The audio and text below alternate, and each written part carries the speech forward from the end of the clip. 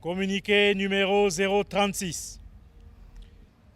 Par décret du président de la transition, président de la République, chef de l'État, et en application de l'ordonnance numéro 0005, PR, 2023, du 24 octobre 2023, modifiant la loi organique numéro 001, 2014, du 15 juin 2015, relative à la décentralisation, est nommé en date de ce jour délégué spécial de la commune d'Akanda pendant la période de la transition, le général de brigade Jean-Claude Sipamio Ber, peuple gabonais, uni dans la concorde. C'est enfin notre essor vers la félicité, honneur et fidélité à la patrie. Je vous remercie.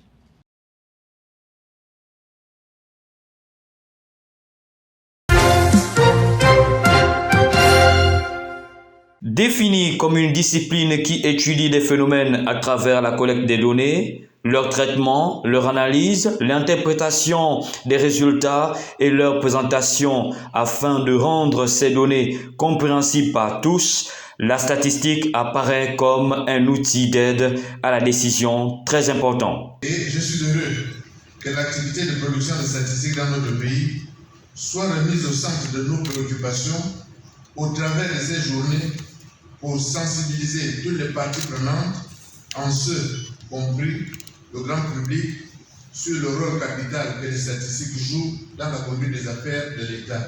Ces journées de diffusion des statistiques ouvertes ce 27 décembre 2023 verront la participation de tous les acteurs majeurs susceptibles de produire une statistique fiable et de qualité à travers les débats qui se tiendront sur 2 jours durant afin de permettre aux décideurs de s'appuyer sur des données de qualité et fiables pour une gouvernance optimale à l'ère de la transition. Ces journées ont donc pour thème. Ces journées, comme annoncé précédemment, sont placées sous le thème Zoom sur la diffusion pour une meilleure visibilité des statistiques.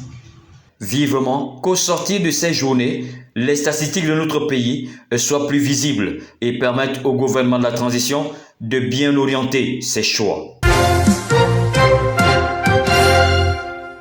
Le Nouveau Gabon n'est pas une chimère, mais une réalité qui prend peu à peu forme. C'est ce que l'on peut retenir de la première édition du Noël de l'entrepreneur organisé par une trentaine d'entreprises, arc-boutées autour d'un idéal, impulser de nouvelles manières d'entreprendre. Au travers du Noël entrepreneur, pourquoi ne pas avoir une idée où les entrepreneurs se réunissent ensemble, influencent les jeunes entrepreneurs, parce qu'on ne parle pas ici seulement des entrepreneurs adultes, on parle des jeunes entrepreneurs, des entrepreneurs en herbe, des enfants entrepreneurs qui ont un esprit entrepreneurial, d'où l'entrepreneuriat de famille. Ça veut dire quoi? Ça veut dire que quelqu'un peut avoir son business, son unité de production et peut influencer positivement sa progéniture afin qu'il puisse simplement suivre l'entrepreneuriat. C'est un concept qui joint l'utile à l'agréable. Autrement dit, l'entrepreneur recherche des profits, mais il a aussi du temps pour prendre soin de la société en organisant des journées ludiques afin de rendre son environnement agréable. Il y a plusieurs activités. On a par exemple la formation en entrepreneuriat, très important. On a un défilé de mode pour les enfants. Ce qui est magnifique, c'est qu'ils défilent avec ce qu'ils veulent devenir plus tard.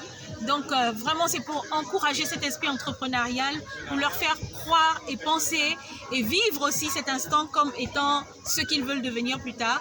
On a aussi des tombolas, on a des jeux concours, on a aussi du réseautage entre entrepreneurs. On discute entre entrepreneurs, donc, et bien d'autres choses. C'est une première au plan national et même international. Il faut savoir que c'est le premier qui va se faire au niveau mondial, pour ne pas dire au niveau panafricain. Et j'ai trouvé en tant qu'entrepreneur moi-même l'idée géniale. Et donc j'ai décidé d'accompagner cette initiative qui va se faire sur plusieurs années. Les participants ne tarissent pas de loge à l'endroit de la journée du Noël de l'entrepreneur. C'est une journée très enrichissante. Aujourd'hui, on a eu l'occasion d'exposer nos produits à travers les différents entrepreneurs qui étaient présents et différentes personnes qui étaient intéressées. Donc, nous, on est une structure restaurative et aujourd'hui, on a décidé de proposer certains produits, on va dire, tirés à base de produits agricoles. Moi, ce qui m'a le plus marqué, c'est la diversité de tous les produits qu'il y avait. D'accord. Il n'y avait pas que notre stand, il y avait d'autres stands et tout ça qui vendaient d'autres produits. On n'est pas seulement que de la nourriture, des trucs comestibles. Il y avait aussi des produits tels que des savonnettes, du savon, tout ça, des parfums, tout ça. Donc c'est cette diversité-là qui m'a marqué. Ce qui m'a plu, c'est l'enthousiasme des gens vis-à-vis des nouvelles découvertes qu'ils ont pu faire dans les différents stands que nous aussi. La deuxième édition est prévue pour l'année prochaine. Vivement Noël 2024, avec de nombreuses innovations. Plus rien ne sera comme avant. C'est ce que l'on peut retenir de la sortie officielle du réseau actif des Normaliens du Gabon. Rang à la Chambre de commerce de Libreville ce week-end. Par Normaliens, il faut entendre tous les enseignants sortis des écoles normales du Gabon. Bien, les Normaliens, ce sont les enseignants qui ont été formés dans les écoles normales. Et les écoles normales sont les lieux où, évidemment, on retrouve tous ceux qui aspirent à enseigner. Donc, nous avons l'école normale des instituteurs, l'école normale supérieure pour ce qui est de l'enseignement général, et nous avons l'école normale supérieure pour l'enseignement technique et professionnel. Cette association vise à redorer l'image de l'enseignant qui était connu en général pour revendiquer, chose qui n'était pas mauvaise. Mais il y a mieux encore, tel que le renforcement des capacités ou soigner son apparence intérieure et extérieure.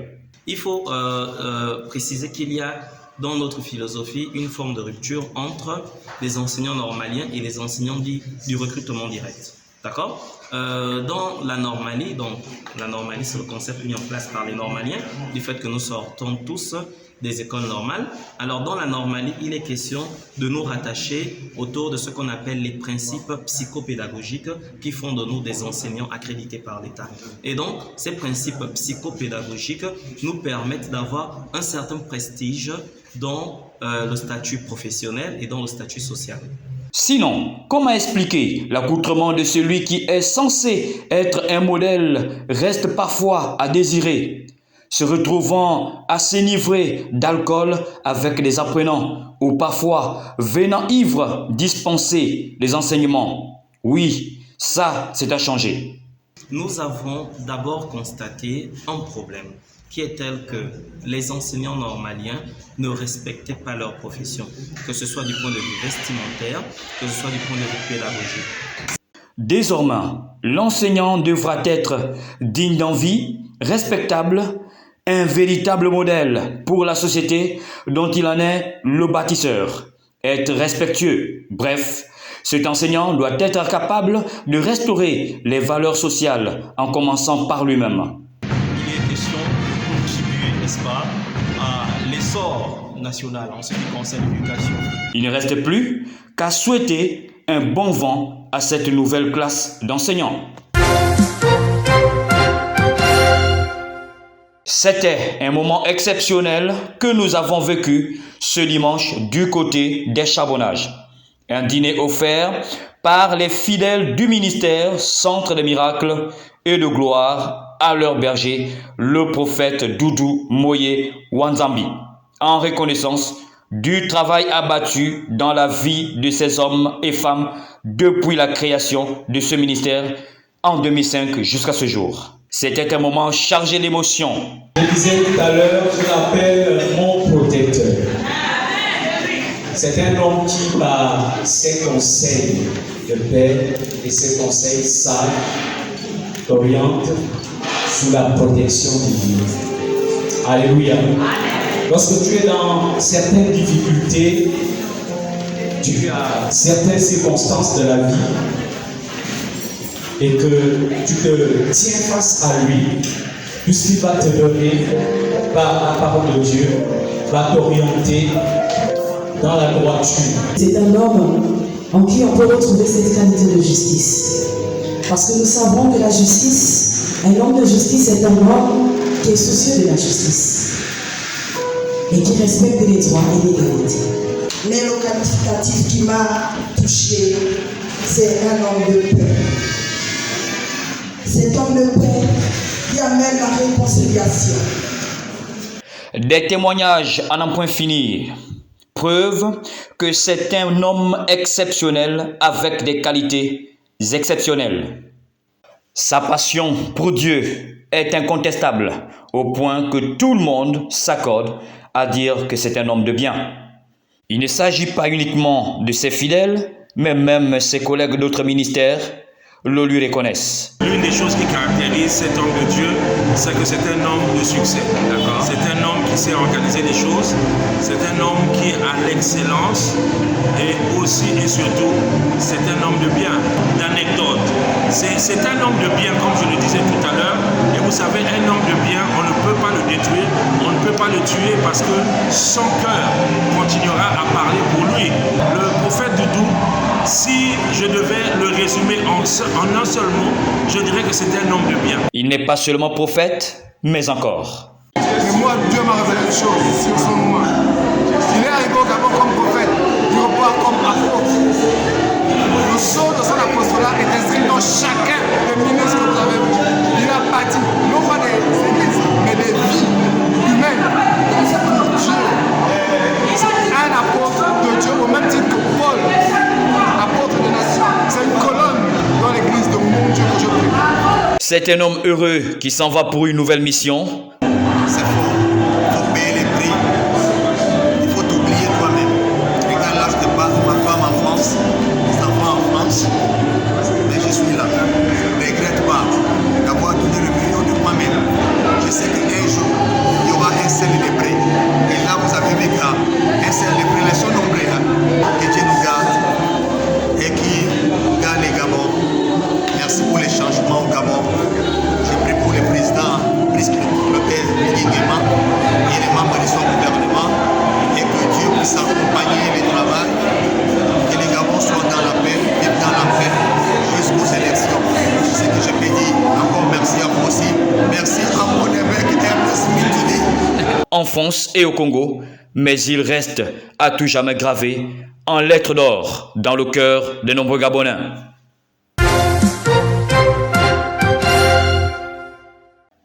Un cœur disposé à faire du bien et voir le grand nombre être sauvés des affres du mal. Voilà ce qui ressort de l'interview réalisée avec le président de la CPCAG après son investiture. Pour lui, la confiance qui lui a été accordée cette seconde fois est l'occasion de faire encore mieux qu'au premier mandat. La CPCAG, nous avons 4 ou 5 piliers sur lesquels nous nous basons pour avancer. Le premier pilier, il est social.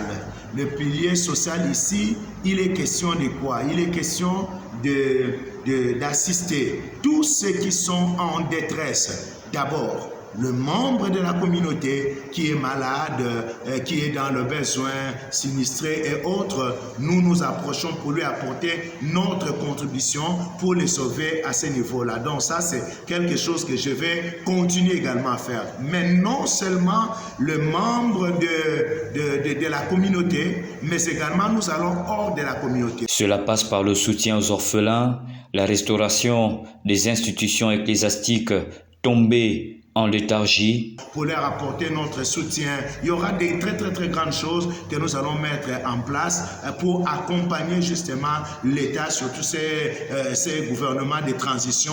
Nous voulons l'accompagner dans ce qu'il a comme vision de relever encore la nation au niveau international dans certaines institutions qui étaient ensommeillées. Surtout, sur le plan spirituel, il sera question de former les ministres de Dieu à travers des séminaires de formation. Bref, beaucoup de bonnes choses pour le corps de Christ. Alors nous avons un pilier qui est purement spirituel. Là, nous voyons les domaines de la spiritualité. Ici, nous avons les pastorales, sinon les conférences que nous allons organiser. Nous allons continuer, j'allais dire, à organiser. Nos conférences vont être des moments de formation. On ne va pas venir juste comme dans des séminaires, des trous, non. Ça sera des moments vraiment école, où quand on vient, on sort avec les matières appropriées qu'on va aller pratiquer sur le terrain au sein de nos églises, pour que nos églises, la mentalité change, mais pour ramener également la gloire de Dieu dans nos églises. Lors de cet échange, le président n'a pas manqué de faire un clin d'œil au Congo-Brazzaville, qui est en ce moment en pleine élection présidentielle, en souhaitant la paix pour ce pays frère et surtout l'unité. En ce qui concerne les élections, nous ne pouvons que souhaiter bon vent, que tout se passe dans la paix, que tout se passe dans la joie. C'est sur une note d'espoir que nous avons mis un terme à cette interview, tout en souhaitant le meilleur au président pour cette nouvelle confiance qui lui a été accordée.